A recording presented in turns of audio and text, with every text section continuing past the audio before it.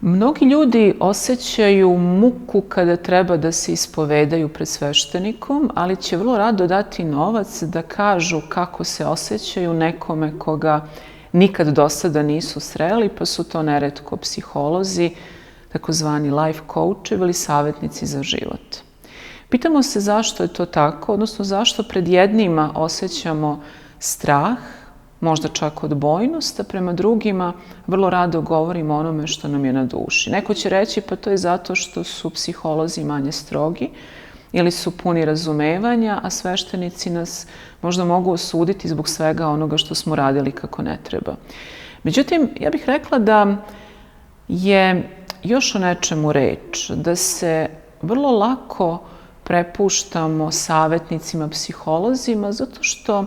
ti ljudi možda nekada i ne mare za nas i svejedno je šta ćemo im reći,